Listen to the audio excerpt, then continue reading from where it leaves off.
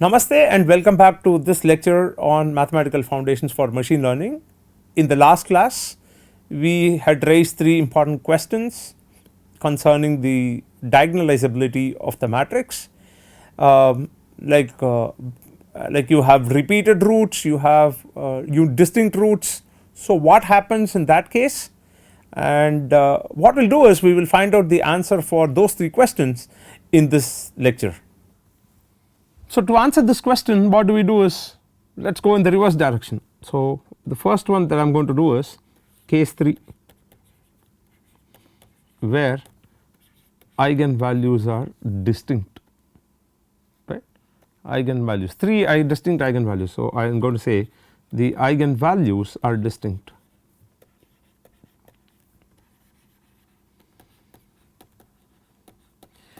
This is not a problem because if the eigenvalues are distinct, each of them will have algebraic multiplicity 1, and when they have algebraic multiplicity 1, naturally they are going to have one eigenvector associated with each of them. So you are going to have each eigenvalue is going to be associated with one eigenvector. So what are we going to have? So this implies eigenvectors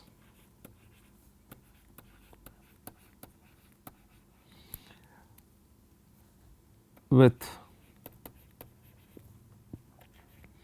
each eigenvalue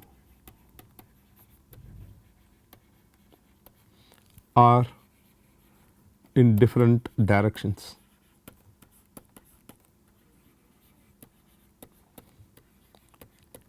Why do I say different directions? Because we already saw in the previous case that if the eigenvalues are distinct, then the eigenvectors will be naturally linearly independent. So I am just going to say different directions. So or probably we can put it as linearly independent or linearly independent.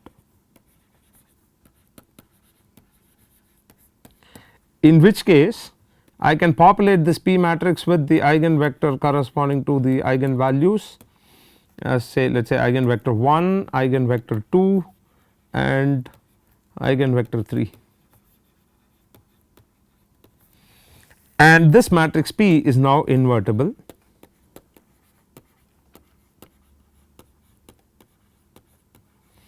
and A is equal to PDP inverse exists.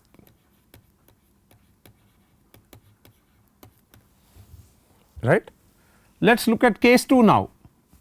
We are going back now. So what we will do is let us look at case 2. Lambda 1 has algebraic multiplicity 1 and lambda 2 has algebraic multiplicity 2, right. That is what we said here. Algebraic multiplicity of lambda 1 is 1, I mean 2, okay, let me put this, I changed it here. So let me change this. So algebraic multiplicity of lambda 1 is 2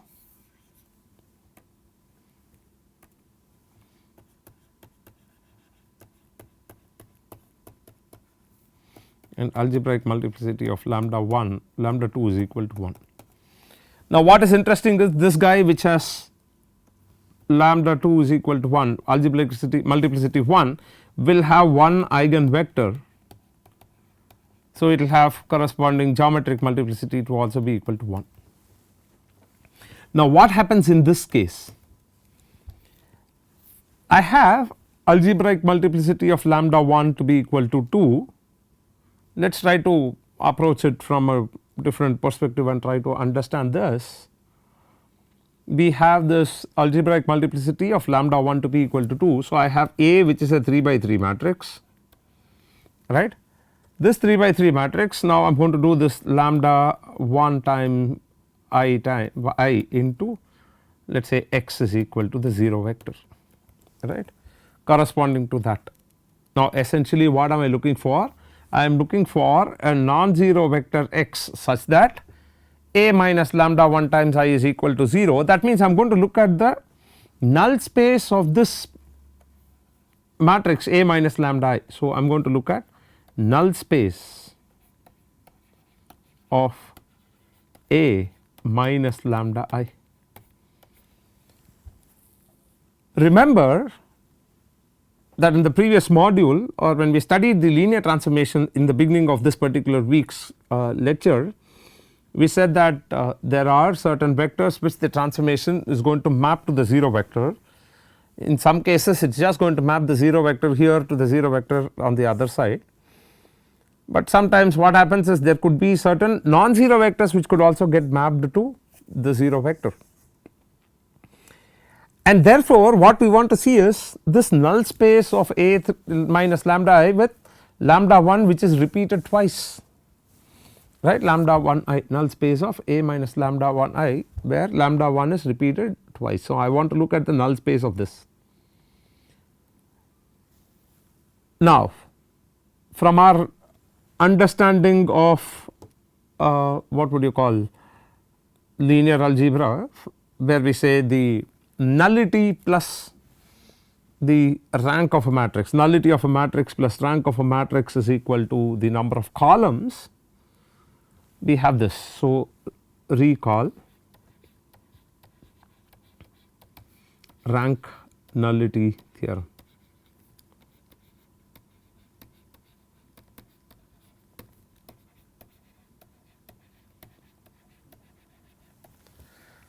We have rank nullity theorem which says,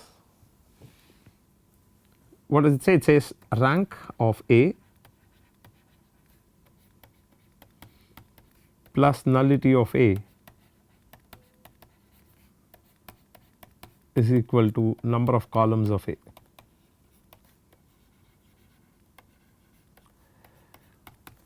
In this case, I mean if somebody who is not aware of this idea about rank and nullity, you could still look at it from even an elementary perspective.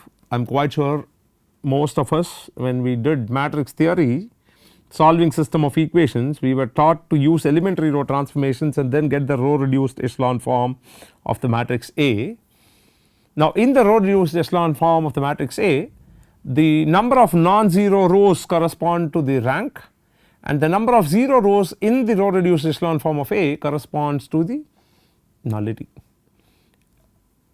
Put it even more elementary way, when you say the number of non-zero rows in the matrix in the row reduced echelon form of the matrix A, it also corresponds to the number of pivot elements in the row reduced echelon form of A and number of pivot variables, and you also have number of free variables. So, the number of pivot variables would correspond to the rank, number of pivot variables in the row reduced echelon form of the matrix A would correspond to the rank, and the number of free variables that you get in the row reduced echelon form of A, that would correspond to the nullity of A. Which means if I take a 3 by 3 matrix, I can have rank to be 1, nullity to be 2. That means I can have pivot variable, there is only one pivot variable and there are 2 free variables, I can have this. So, if using that fact here, whenever I say that I have an eigenvalue with multiplicity 2 in a 3 dimensional space, I have a 3 by 3 matrix such that the eigenvalue has algebraic multiplicity is 2, I can still find 2 linearly independent vectors in this case. That means the eigenvector, there will be 2 eigenvectors associated with lambda 1 is equal to 2. Is this clear? I can still find, which means I can still, I have a scope for, let us say, diagonalizing this matrix. I mean, of course, you are going to talk about real eigenvalues. Therefore, when I say repeated, this applies only to real eigenvalues, because if the eigenvalues are complex, they are going to appear as complex conjugate pairs. So, we are not looking at complex conjugate or complex eigenvalues at all. We are just going to look at real eigenvalues. If in case lambda 1 is a real eigenvalue which is repeated twice, I would still have enough space to find 2 linearly independent eigenvectors corresponding to this lambda 1 is equal to 2, which is repeated twice, which means I could still have the matrix A to be diagonalizable, right. In this case, we may still have, I will write this lambda 1 is real. I am not looking at complex, because complex will appear as complex conjugate pairs. So, we may find, in fact we will find 2 linearly independent eigenvectors for lambda 1 is equal to lambda 1 which is repeated twice for the eigenvalue lambda 1, right. You can still find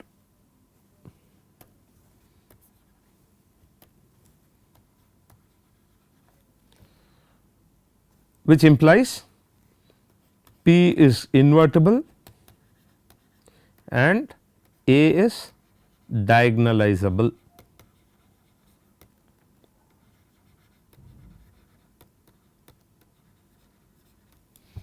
Right, P is invertible and A is diagonalizable. The problem comes again when, well, let us look at case 1 which we have not done till now, where I have a matrix A 3 by 3 with one eigenvalue repeated thrice, one eigenvalue repeated thrice.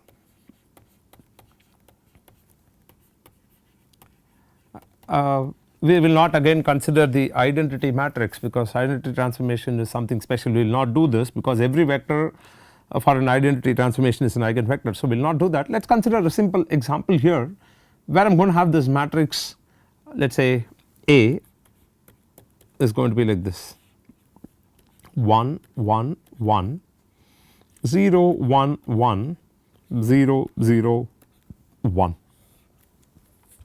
right. This is going to be my matrix A, and if you look at this from our elementary understanding of eigenvalues and eigenvectors, we have the product of eigenvalues to be equal to the determinant of the matrix A.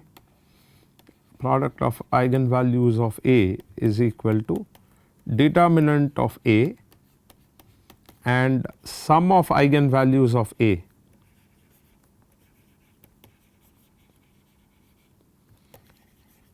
is equal to the trace of A, that means the sum of diagonal elements of A, right.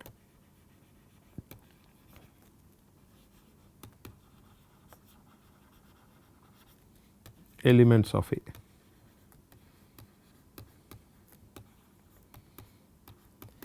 A. Here for this matrix, if you see, the determinant of A is 1 and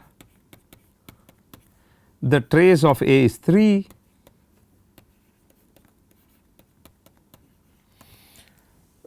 If you say that and since we know that the product of eigenvalues of A is 1, we see that in case of a triangular matrix, upper triangular matrix, the diagonal elements themselves will be the eigenvalues. So, I am going to write this as lambda 1 is equal to thrice, lambda 1 is equal to 1 thrice, right. That means the algebraic multiplicity of lambda 1 is equal to 3. We want to see if it has sufficient eigenvalues so that we could go diagonalize the matrix A. We want to check that out. So, let us do this. So, I want to look at A minus lambda I times x is equal to the 0 vector. So, I have lambda is equal to 1. So, I have 1 minus 1 1 1, I have 0 1 minus 1 1 0 0 1 minus 1. So, this is what I have into x 1 x 2 x 3 is equal to 0 0 0. We see that the matrix boils down to this 0 1 1 0 0 1 and then I have 0 0 0, this is what we have. So, into x 1 x 2 x 3 is equal to 0.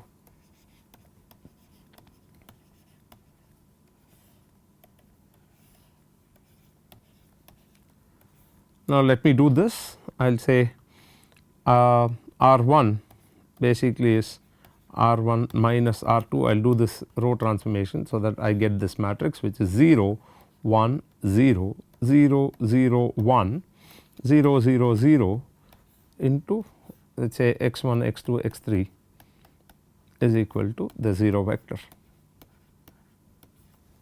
right. From this, what we see here is the pivot element is x 2 and the pivot variable is x 3 here.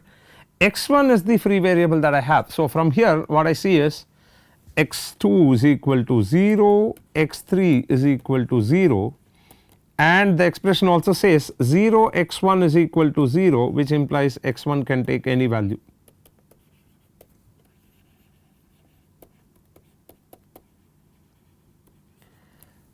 Therefore, the eigenvector corresponding to lambda is equal to 1 for this case, eigenvector corresponding to lambda is equal to 1 is basically k 0 0, which is k times 1 0 0. Therefore, the only eigen direction that you have is basically along the direction of 1 0 0, which is your x 1 axis. That means, here lambda is equal to 1 is deficient and A is therefore not diagonalizable.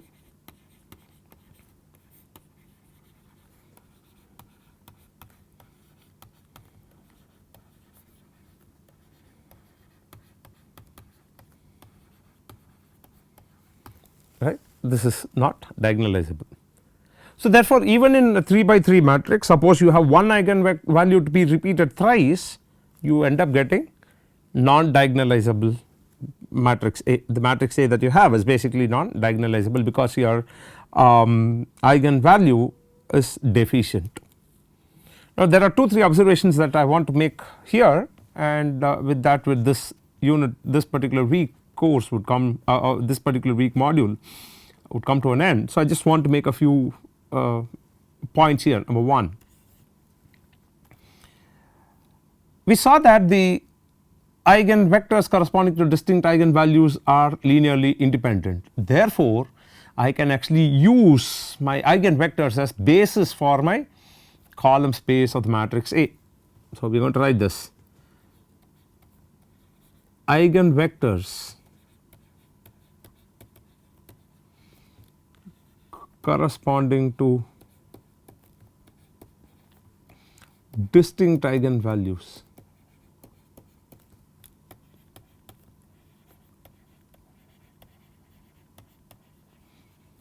are linearly independent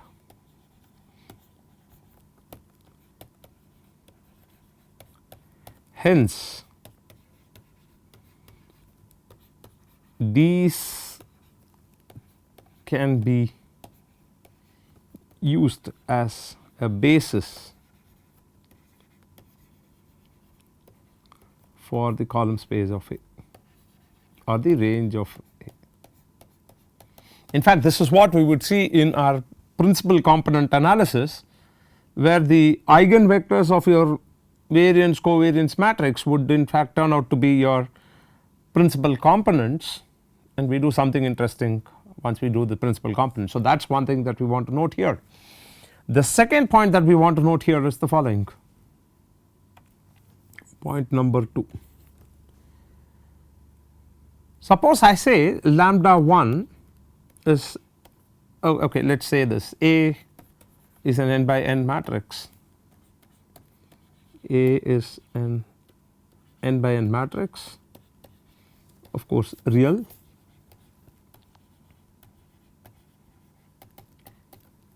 with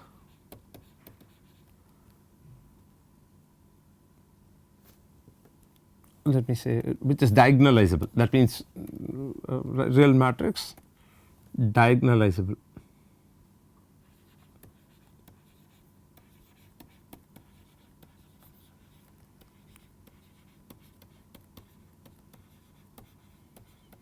That means you have this conditions of geometric multiplicity meeting the algebraic multiplicity, saying geometric multiplicity is equal to the algebraic multiplicity, and then you say that the matrix A is diagonalizable. We want to look at the set of vectors which could actually become, we want to look at the eigenvectors associated with each of these eigenvalues. For example, let us take this, let lambda 1 be an eigenvalue of, let us say, A n by n, right. be an eigenvalue of a n by n, that means, and let u be the associated eigenvector.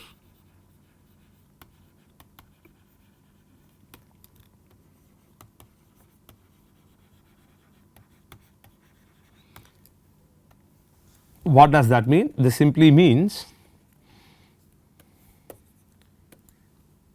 this implies I have a into u is equal to, let us say, lambda 1 into u. Now, what I am going to do is I am going to look at let us say a scalar multiple of u. Consider say C1 u, where C1 is a real scalar.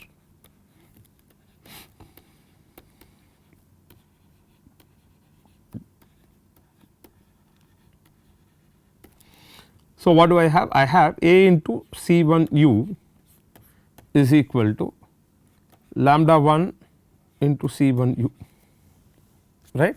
I can write this as, basically I can write this as C1 into a u, which is nothing but C1 into lambda 1 u, which is nothing but lambda 1 into C1 u, right. That means a scalar multiple of the eigenvector is also an eigenvector associated with the eigenvalue lambda 1, right. Let us take two different scalar multiples of this and then see what happens. So, I want to look at another scalar multiple. So, I want to look at a into C2 u, this I know this is going to be, let us say, lambda 1 into C2 u, right, because I am just going to be looking at the eigenvector associated with lambda 1. So, this is also lambda 1 into C2 u.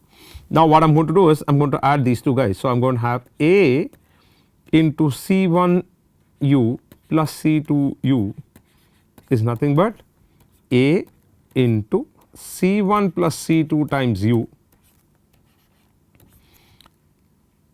which is nothing but C1 plus C2 times a u, which is nothing but C1 plus C2 times lambda u, lambda 1 u, which is nothing but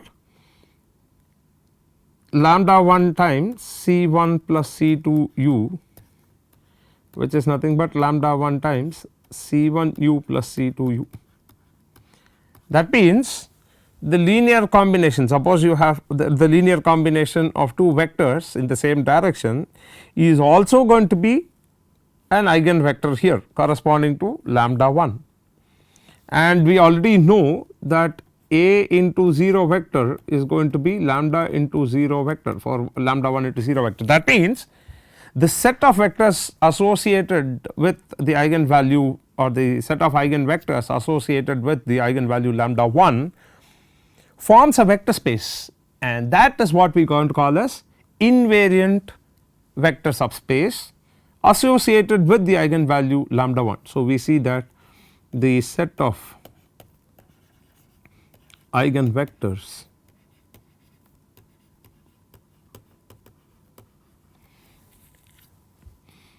associated with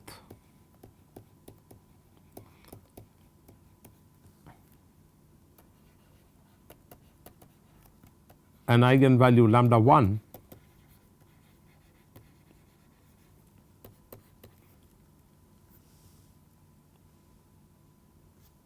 is closed under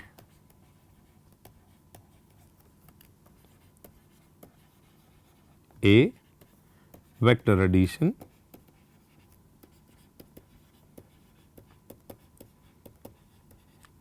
B, scalar multiplication,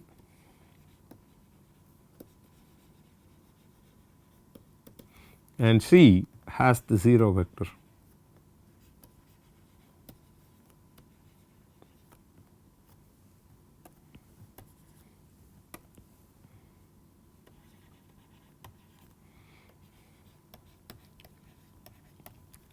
Hence,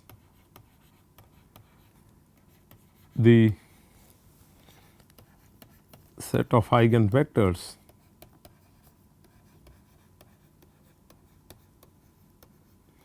associated with a specific eigenvalue lambda 1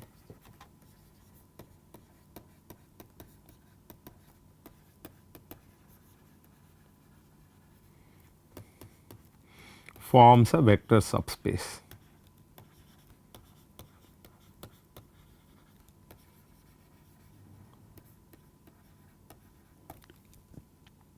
This subspace is called the invariant subspace associated with lambda 1. This is called the eigen subspace or the invariant subspace associated with lambda 1.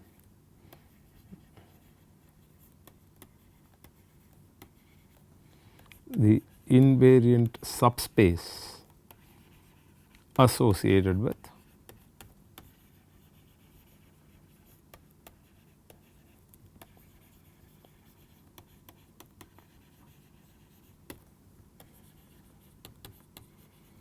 lambda 1.